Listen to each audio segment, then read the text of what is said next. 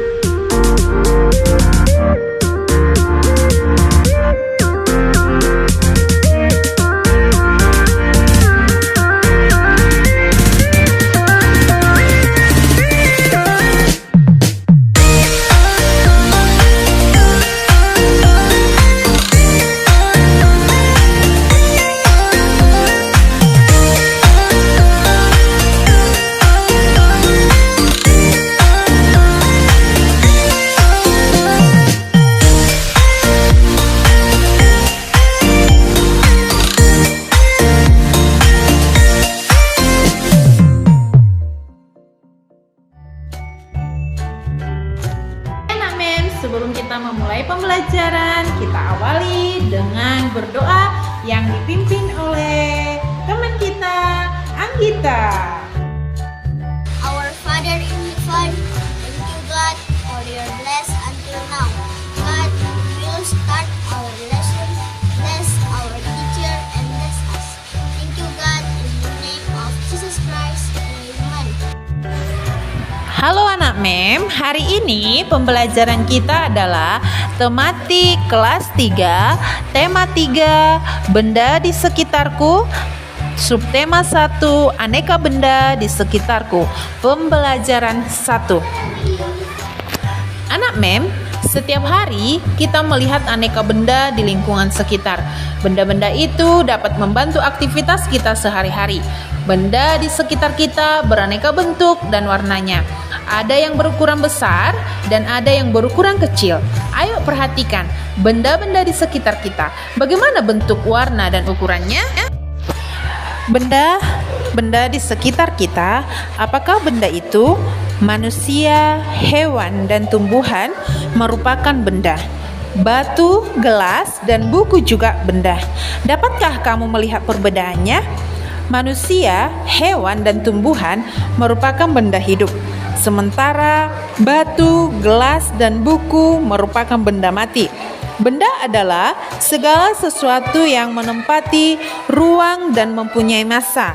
Massa benda diukur dengan cara ditimbang. Manusia, hewan, tumbuhan, batu, dan buku menempati ruang benda. Benda itu juga dapat ditimbang. Bagaimana membedakan benda dengan bukan benda? Apakah cahaya termasuk benda? Bagaimana dengan panas? Cahaya dan panas bukanlah benda. Cahaya dan panas tidak menempati ruang. Cahaya dan panas tidak dapat ditimbang. Nah, anak mem boleh memperhatikan wacana ini dan boleh nanti melihat gambar yang telah mem tunjukkan di bawah ini. Anak mem, kamu telah membaca wacana tentang benda. Amatilah gambar di bawah ini, lalu lingkarilah pada gambar yang bukan termasuk benda. Mari kita cari yang namanya bukan benda.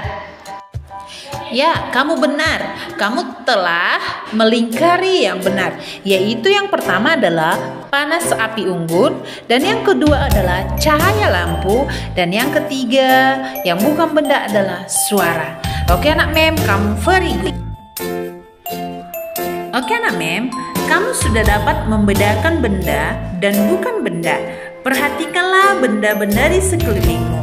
Benda-benda yang mempunyai warna, bentuk, dan ukurannya tersendiri.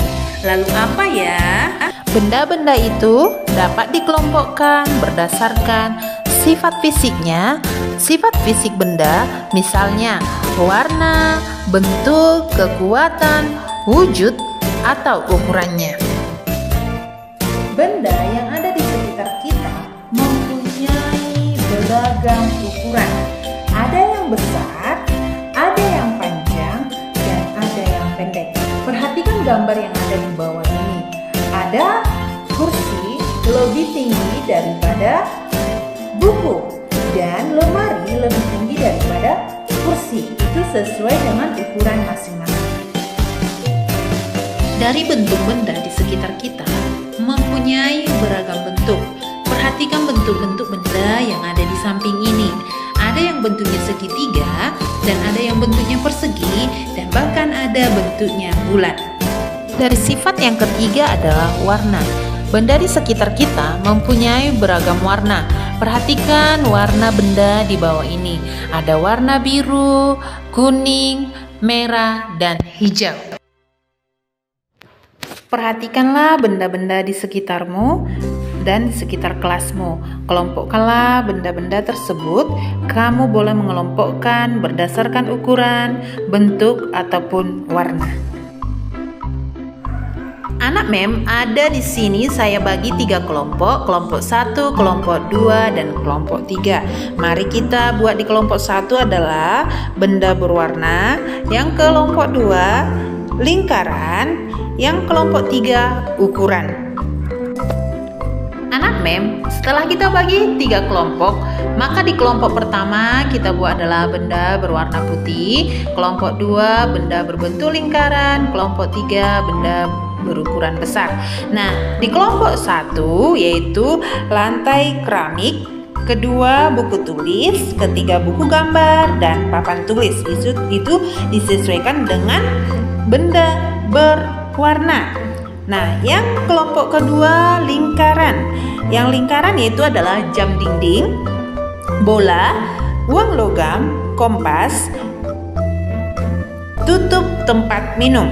Dan di kelompok 3 adalah sesuai dengan ukuran anak mem. Lemari, meja, kursi, rak buku, dan gedung sekolah. Selanjutnya anak mem, kamu telah mempelajari tentang jenis, sifat fisik, dan ciri benda. Selanjutnya, lengkapilah tabel berikut ini. Tabel di bawah ini, lihat jenisnya, sifat fisiknya, dan cirinya. Benda hidup, ukurannya, dan mempunyai massa. Mari kita lengkapi sama-sama tabel di bawah ini. Anak mem, di sini kita isi di jenis, sifat fisik, dan ciri-cirinya. Nah, yang pertama adalah benda hidup. Yang kedua adalah benda mati atau tidak hidup. Dari segi fisiknya, ukuran, bentuk, warna. Dari cirinya mempunyai massa dan kedua mempunyai berat. Nah, mari kita sama-sama melihat tabel lagi berikutnya. Anak mem, apakah kamu pernah melihat benda di bawah ini? Yaitu yang pertama adalah penggaris. Penggaris kita gunakan ketika kita belajar. Yang kedua, meteran. Biasanya meteran pita ini yang digunakan oleh penjahit. Dan juga ada lagi roll meter yang digunakan tukang bangunan. Ini adalah benda-benda yang ada di sekitar kita.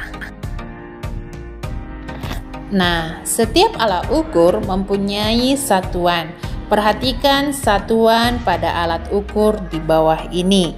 Nah, salah satu alat ukur adalah penggaris yang memiliki satuannya cm atau disebut dalam satuan ukurnya cm. Nah, selanjutnya tuliskan satuan panjang yang kamu ketahui pada kotak di bawah ini. Nah, mem akan jelaskan kembali, yaitu km kilometer, hm hektometer, dam dekameter, m meter, dm desimeter, cm sentimeter, dan m meter. Biasa di penggaris itu ada cm dan milimeter. Supaya anak mem bisa lebih maksimal untuk mengingat ini, kamu boleh menyanyikannya sama-sama dengan mem. Anak mem boleh menyanyikan seperti lagu yang Mem Nancy nyanyikan ini supaya kamu mudah untuk menghafalkan ukuran panjang yang ada di bawah ini. Kilo, hekto, deka, dan meter, desi, senti, dan milimeter. Kilo, hekto, deka, dan meter, desi, senti, dan milimeter. Nah, anak Mem boleh menyanyikannya dan kamu boleh menghafalkannya dan boleh kamu pelajari untuk berikutnya. Nah, anak Mem, mari kita letakkan benda yang di samping ini. Nah, bendanya penghapus kita letakkan di ujung lurus dengan angka 0. Dan panjangnya ini, lihat panjangnya anak Mem, dia letaknya di angka 0 dan selanjutnya ujungnya di mana? Panjangnya adalah 3 cm. Nah, setelah kita ukur ternyata penghapus itu ada 3 cm. Dan yang kedua adalah krayon, panjangnya 7 cm dan gambar yang ketiga adalah 10 cm. Nah, untuk selanjutnya kita menggunakan penggaris. Nah, dan kita sudah tahu mengukurnya. Nah, anak Mem, mari kita lanjutkan kembali. Nah, selanjutnya anak Mem, benda dapat dibuat bermacam-macam bahan. Ada benda yang terbuat dari batu, kayu, besi, kaca, plastik, dan lainnya.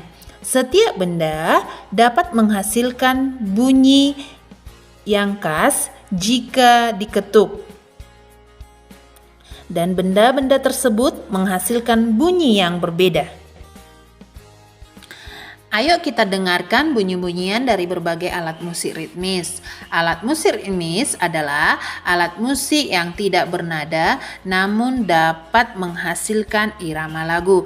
Nah, kalau misalkan ada yang bertanya, apa itu alat musik ritmis? Maka boleh kamu menjawabnya. Alat musik ritmis adalah alat musik yang tidak bernada namun dapat menghasilkan irama lagu.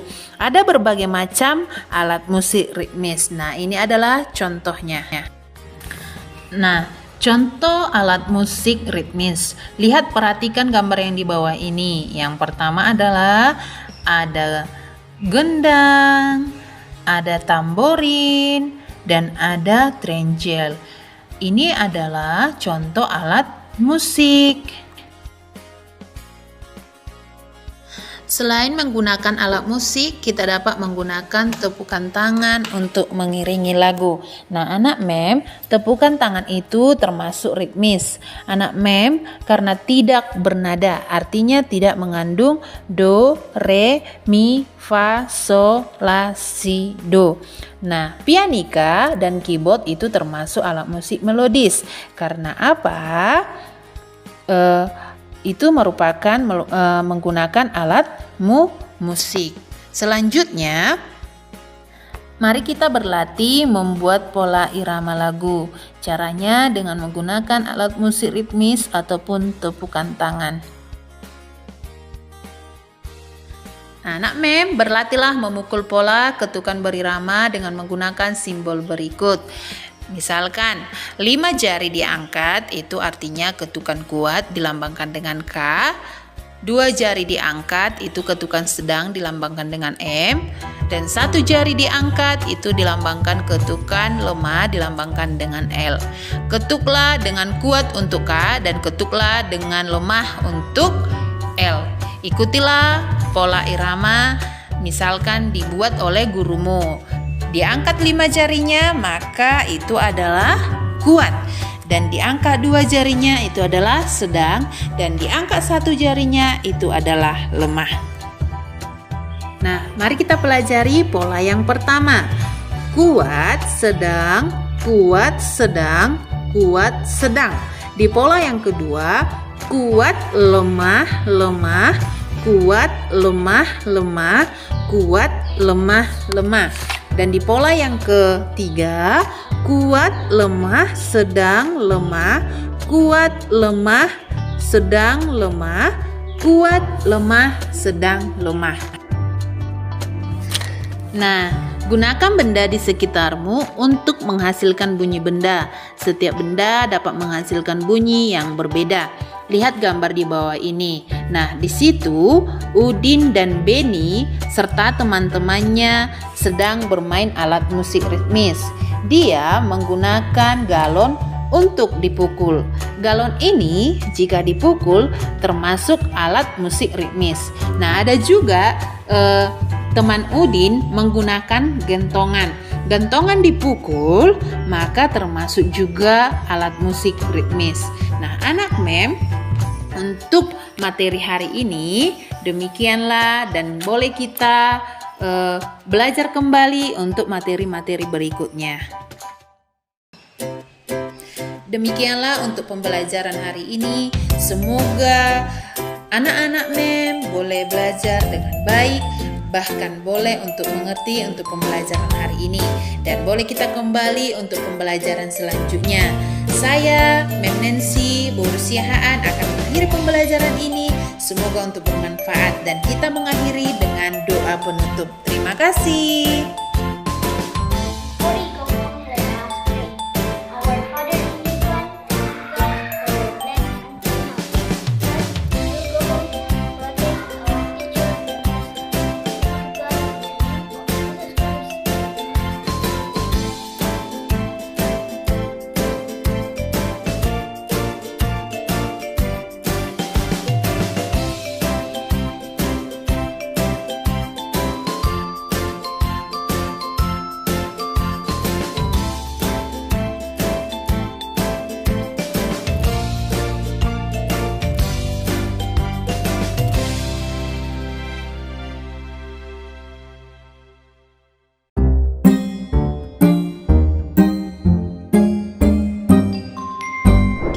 Virus corona itu apa sih?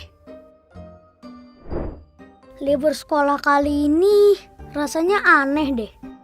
Gak boleh main ke taman, gak boleh ke mall, main sama temenku juga gak boleh. Ayah dan ibuku juga di rumah terus. Tapi kadang ibu harus belanja ke pasar. Terus ayah bilang ke ibu, "Ibu, nanti di pasar jaga jarak ya sama orang-orang." Jaga jarak? Kok kayak mobil sih? Dan waktu ibu pulang, aku berlari untuk memeluk ibuku. Tapi ibu malah bilang, "Jangan dekat-dekat ibu." Aku sedih. Orang-orang pada kenapa sih? Tapi akhirnya aku mengerti kalau jaga jarak itu penting. Karena kita sedang berusaha menghindari virus corona. Virus corona adalah virus yang baru ditemukan. Dalam bahasa Latin, corona artinya mahkota. Begitu virus corona masuk ke paru-paru, dia mulai merusak tubuh kita. Kita jadi sakit, demam, bersin, batuk-batuk. Ketika batuk, percikan ludah ikut keluar dari mulut kita. Virus corona dengan menumpangi percikan ludah kita masuk ke tubuh orang lain, kemudian menuju paru-parunya.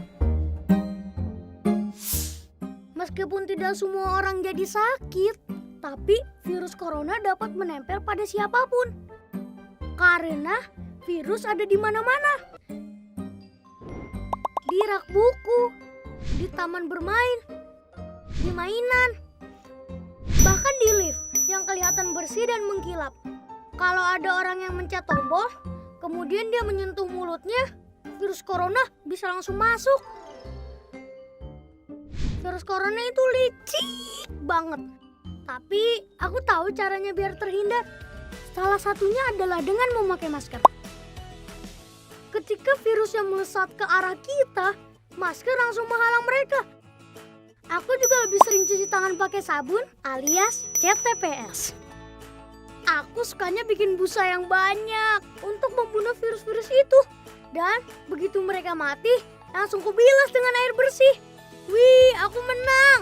Aku menang! Tapi ada juga orang-orang yang tidak bisa jauh dari virus corona, yaitu para petugas kesehatan, seperti dokter dan perawat. Dengan memakai alat pelindung diri, mereka berperang melawan virus corona setiap hari. Mereka tidak kebal, tapi mereka pemberani, tulus membantu. Semua daerah juga berjuang bersama melawan virus ini. Pemerintah membuat peraturan agar kita semua selamat. Tenaga kesehatan bekerja siang malam demi kesehatan kita. Mari kita taklukkan virus corona bersama-sama. Tapi aku bisa bantu apa ya? Oh, aku tahu. Asal kita tetap di dalam rumah, virus tidak akan menyebar luas. Jadi, aku mainnya di rumah aja. Sementara orang dewasa berperang melawan virus corona dengan caranya masing-masing, kita tunggu saat virus corona mengakui kekalahannya. Wah, jadi aku bisa main lagi.